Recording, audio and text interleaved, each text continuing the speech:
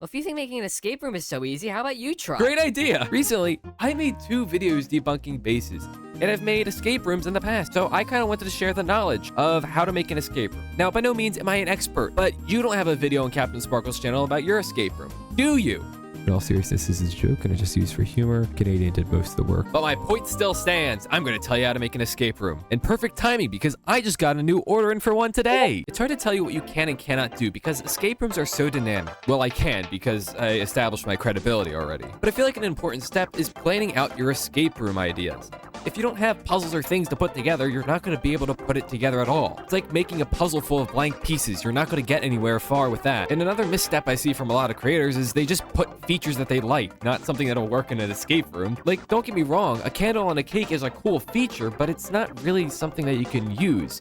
Just because you can light it on fire doesn't mean it's really useful. And the last little piece of information I want to get out before I begin is that not everything will work. Sometimes things just fail. A lot of the times you're going to have a good, cool feature, but you have no way to implement it because something just doesn't work. With that out of the way, I think it's time to finally teach you how to make an actual escape room. And now you're here.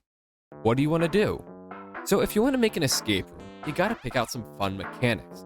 Now these can range from something really simple or something really advanced. It could be from a poisonous potato to maybe an unknown game feature. I've used all of these in my escape rooms and people love them.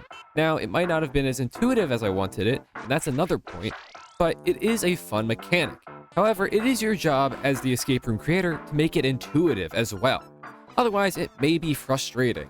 An example of this would be some kind of obscure inverse place mechanic that people wouldn't know otherwise, and you didn't train them for anything.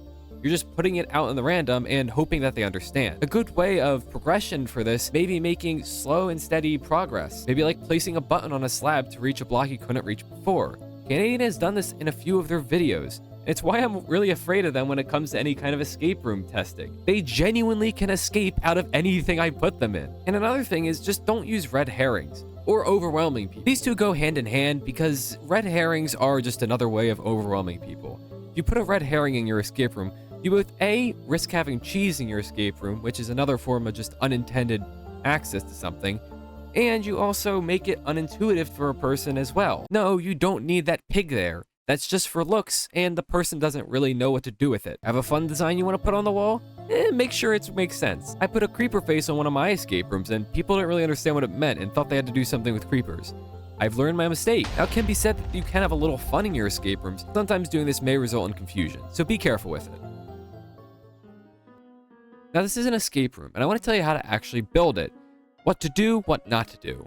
For example, there shouldn't be any parkour or PvP, and if you can use glass instead of obsidian, use glass. There's no reason to use an obsidian block rather than glass in almost any case, unless the use is specifically about obsidian. Do not block an exit way with netherite blocks because you can use netherite block. You can always break netherite blocks given enough time. I don't care if you give me mining fatigue. You better give me a damn good reason not to break it. The escape room should also be properly sized. You shouldn't be running around from one side to the other for around 30 seconds trying to get someplace.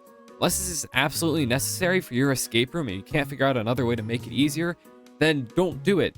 I understand that some rooms need to be very small to fit what you need, so having a small room is fine, but having overly exorbitant rooms that are too big or way too small for no apparent reason doesn't help anyone. And on top of this, for the blocks that you do use and items that you do use, make sure that they don't have a low RNG chance. Make sure that it works around 95% of the time in a single player and multiplayer world, because multiplayer worlds sometimes work differently. Now, you don't need to do this. What I recommend is playing on single player and saying, hey, play on this on single player. Testing on both is a good idea. Regardless, it should have a 95% chance of success on whatever platform you want to make. If it's lower than that, figure out a way to make it higher, because making it a pretty low RNG chance makes things frustrating and not fun. And the intention of an escape room is to be fun, not tedious and boring.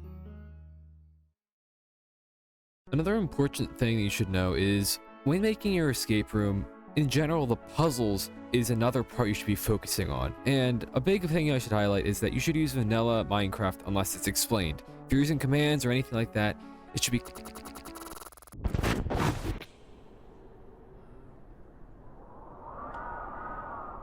Where am I? Holy, where? This is the escape room. This is the plans for the escape. No, it just makes sense. I haven't even built it yet. I haven't... Just...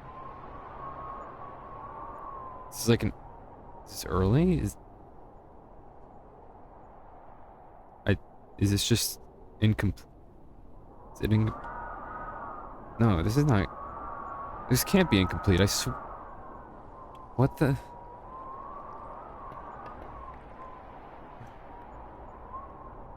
There's nothing in the hoppers.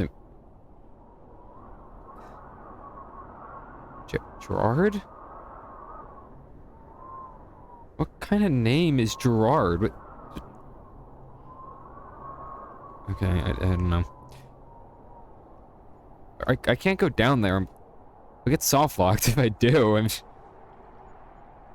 am I thinking? Where am I? Where is anyone? Why is no one here? Why am I in survival? I have to get this out in time. I don't have time for this.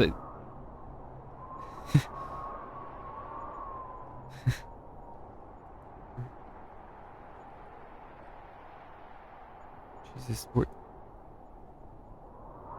there's supposed to be a ghast. There's supposed to be a ghast here. I know that. That's one of the fundamental parts of this escape.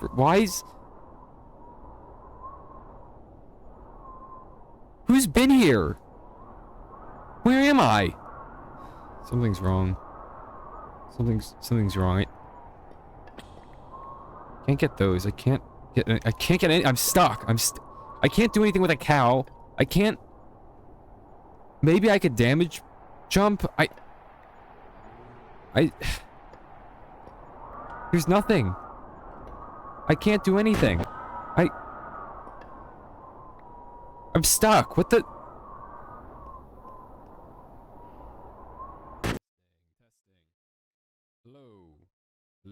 Hello, testing. 1, 2, 3.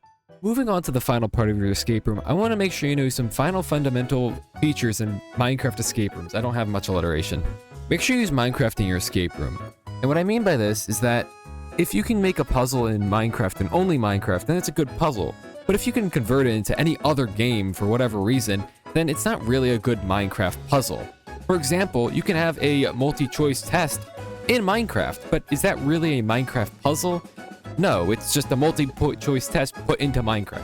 So make sure you're looking for Minecraft-specific features, bugs, things that are interesting, and make sure to teach them properly. Another thing you want to do is make sure to playtest thoroughly. If you're not playtesting your escape rooms, there's prone to be a lot of errors and bugs and a lot of cheese in your escape room, which makes the escape room worse for the person playing it and worse for you watching. Because it can be very frustrating watching someone tear apart your life's work just because you didn't test it thoroughly enough. And a final note is, if you're working with a client or any person that commissioned you, it's good to get a good test of if they like it or not. Make sure to ask them throughout the entire working process if they like things, what they don't like, what they want in the escape room. Some things that they want can go against the wishes of how to make an escape room, and sometimes you gotta work with that. I've had people want command blocks in their escape room when that opens a door for things that I don't even want to think about. But, you know, try to work with people if they commission you. And hopefully if that's your goal, you get plenty of them. But do know that it is hard to accompany every single person. So make sure you know your limits. And that about wraps it up. I do have one final tip, and that's you can borrow ideas from other escape rooms and different mechanics that you find neat into your own escape room. Now, you want to give proper crediting if you're just ripping it from something, but it's really good to practice with. If you gather an escape room idea from several different creators and try to create one cohesive escape room, that's a real talent, and it's pretty challenging if you don't know how to do it in the beginning. As you learn and get better, you'll eventually make amazing escape rooms that are both challenging and fun. And speaking of fun, the most important thing about Minecraft escape rooms is just have fun. Have fun with it. Do what you want. There's no reason not to do anything you could do. There's no reason not to have fun with it because that's the point of the game. It's just to have fun. While debunking can be entertaining, it really doesn't mean that much. That's why I'm so lighthearted about it.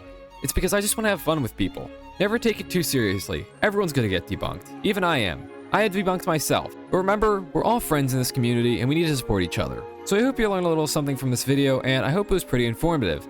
There's more I have to tell you in the future, but right now, I have to get to releasing this escape room. There's a lot more I need to do, and I don't have much time to do it at all. See ya!